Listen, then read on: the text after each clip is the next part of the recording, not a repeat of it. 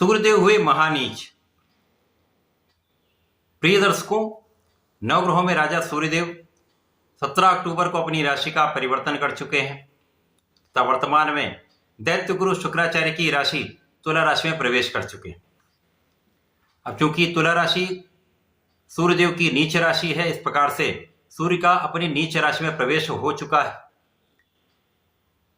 अब जब भी कोई ग्रह अपनी नीच राशि में पहुंचता है तो उसका प्रभाव, उसकी क्षमता, उसका सामर्थ्य, उसका बल कम हो जाता है।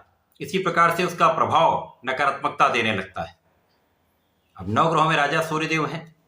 सूर्य के समान तेजवान कोई अन्य ग्रह नहीं है, क्योंकि इनका एक विशेष आभामंडल है, एक विशेष ऑरा है। इस ऑरा के समक्ष, इस आभामंडल के समक्ष सभी ग्रहों का प्रभाव क्षीण हो जाता है। राजा के समान ही इनका कर्तव्य है, उत्तरदायित्व है, क्षमता है। शासन प्रशासन के कारक सूर्यदेव हैं, नेतृत्व के कारक सूर्यदेव हैं, पिता के कारक सूर्यदेव हैं, कॉन्फिडेंस के कारक सूर्यदेव हैं। इस प्रकार से ये इस संपूर्ण जगत का पालन पोषण करते हैं, क्योंकि सूर्यदेव एकमात्र प्रकाश के स्रोत हैं। इस संपूर्ण जगत में सूर्य की प्रथम किरण से ही जीवन का संचार हो जाता है, प्रकाश का प्रवाह हो जाता है। तो सूर्य का परिवर्तन सदा ही अत्यंत महत्वपूर्ण होता है। अब जब सूर्यदेव नीच राशि में होंगे तो ये किस प्रकार का प्रभाव देने जा रहे हैं। जय श्री गणेश, नमस्कार। मैं आचार्य संजय द्विवेदी। मेरे समस्त प्रबुद्ध दर्शकों का मेरे चैनल पर हार्दिक स्वागत है। प्रिय दर्शकों, आज मैं सूर्यदेव के राशि परिवर्तन के प्रभाव को तथा उनके निचत्व काल के प्रभाव को लेकर आपके सम्मुख उपस्थित हूं।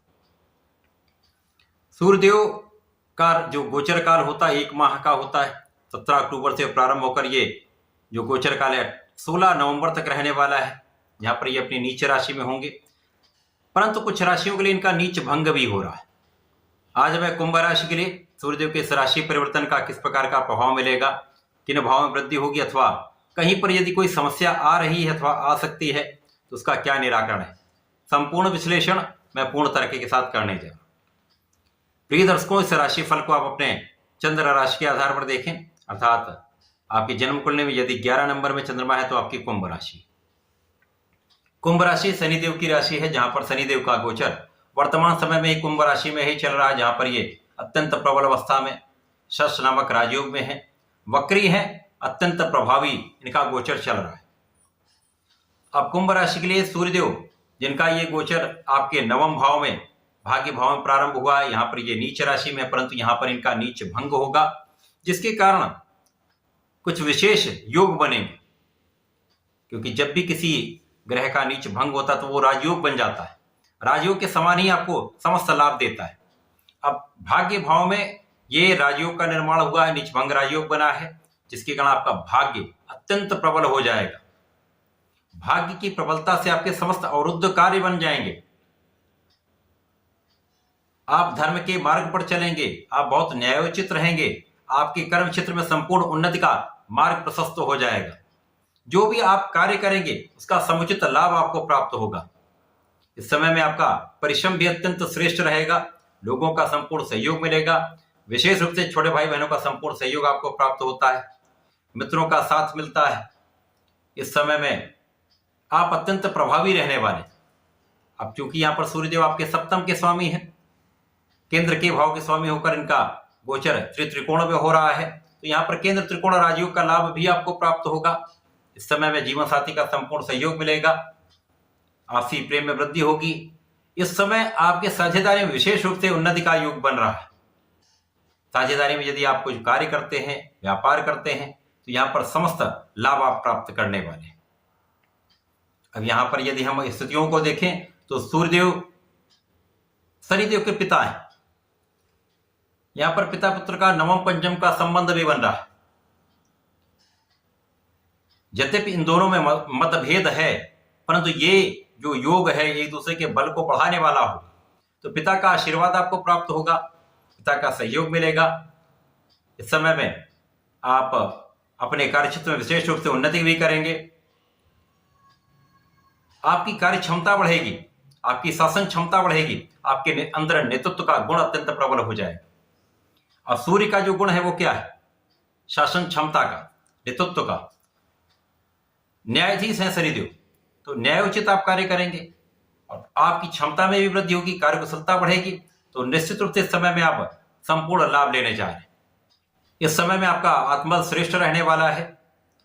जो जातक पढ़ाई कर रहे हैं, विद्यार्थीगण हैं, उनके लिए एक अच्छा समय है जब आप अपनी शिक्षा में सफलता की प्राप्ति करने जा रहे हैं। परिणामों की अच्छी प्राप्ति होने जा रही है।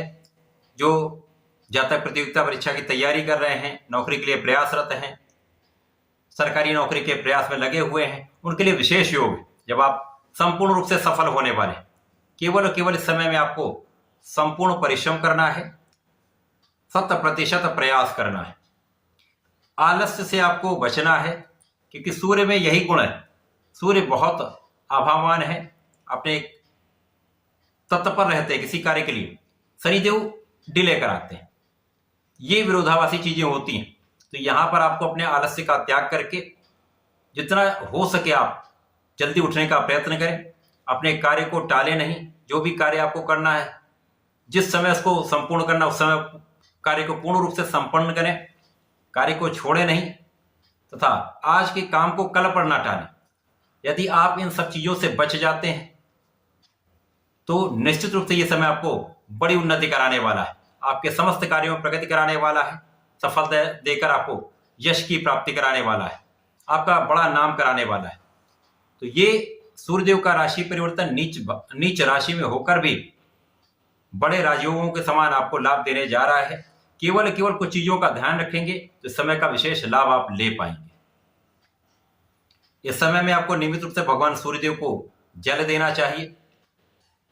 ओम घृणी सूर्याय नमः 27 बार जप करके आप जल दें तथा इस समय में भगवान भोलेनाथ पर जलार्चन करके प्रत्येक रविवार को लाल चंदन का अर्पण करें, लाल पुष्प का अर्पण करें। ओम नमः शिवाय का जितना आप हो सके उतना मन में जप करते रहें तथा प्रत्येक शनिवार को ओम प्राम प्रीम प्रोम सह शनिश्चराय नमः का कम से कम एक माला का जप अवश्य कर लें। यदि आप ये कर लेते हैं तो इस समय आपको संपूर्ण लाभ प्राप्त होगा। किसी प्रकार का व्यवधान या अवरोध या डिले कम से कम होगा। आपके कार्यों में सफलता निश्चित मिलेगी। तो ऐसा करके इसका लाभ लें। धन्यवाद। नमस्कार।